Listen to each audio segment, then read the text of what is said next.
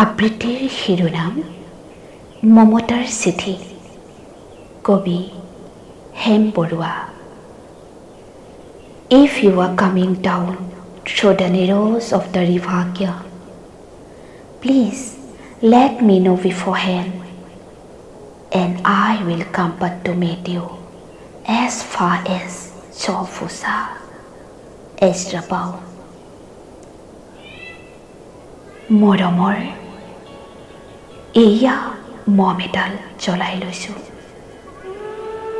আজি বহু দিনৰ মূৰত তোমালৈ চিঠি লিখোঁ বুলি।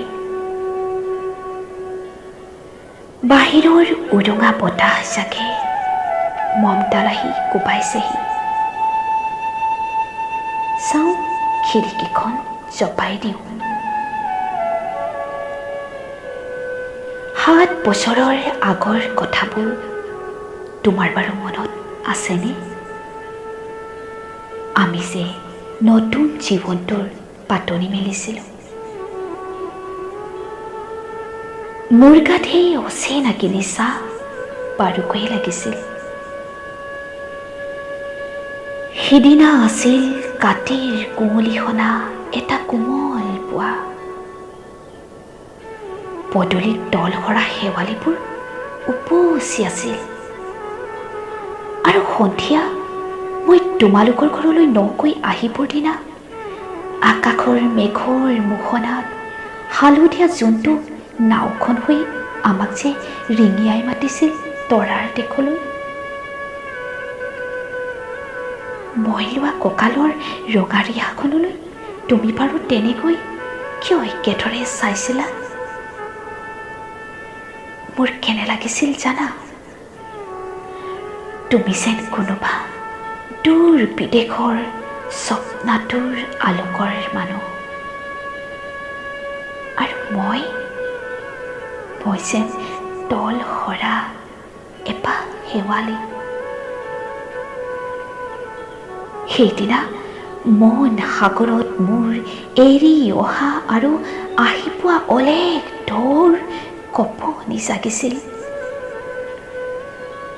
তোমাৰ জানো এইবোৰ কথা মনত নাই? আমাৰ দেউতাই যে চিঠিত লিখিছিল, আই তই নতুন ঘৰখনত হাঁহি মাতি থাকিবি। এইবোৰ 7 বছৰৰ আগৰ কথা। মোৰ সকলোবোৰ পুৰাণৰ সাধু যেন লাগে। জেঠমহীয়া দেউতাৰ বছেৰেকীয়া হৈ গ'ল। তোমাৰ বাবুল এতিয়া বৰ দুখ হৈছে। তাৰ ওপৰ পাৰিত এধানিমান ডালিম গুটি যে দাঁত অকণি গজিছে। সি মোক একেবাৰে এৰিকে নিদিয়ে। কেতিয়াবা মোৰ যে ইমান খং উঠে, তুমি নাই নহয় সেইকাৰণে। সি বাৰু মোৰ বগা হাতযোৰলৈ এনেদৰে তধা লাগি চাই থাকে কিয়?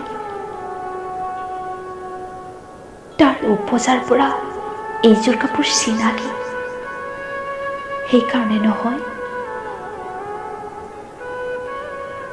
বাবুল এতিয়া বৰটো হৈছে বুজিছা, আৰু ডাঙৰ হ'লে স্কুলত তাক নাম লগাই দিম।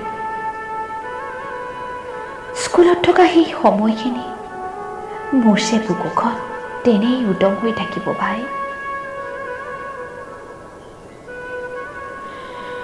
আৰু কি লিখিম?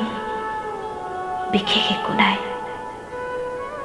মোৰে শপত, তুমি যেদিনা উলটি আহিবা মোক আগতীয়াকৈ জনাবা দেই।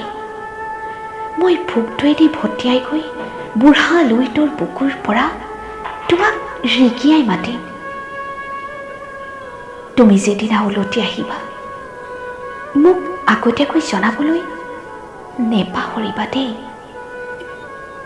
মৰম ল'বা। ইতি তোমাৰ মমতা। পুনঃ এইবাৰ বুজিছা, মাঘৰ বিহুৰ মেজিৰ জুইকুৰা বৰ ৰঙাকৈ জ্বলিছিল। আমাৰ আইতাৰ কলি ছাগলীজনী দুটা পোৱালি জগিছে। এটা শুদ্ধ বগা আৰু আনটো পখৰা।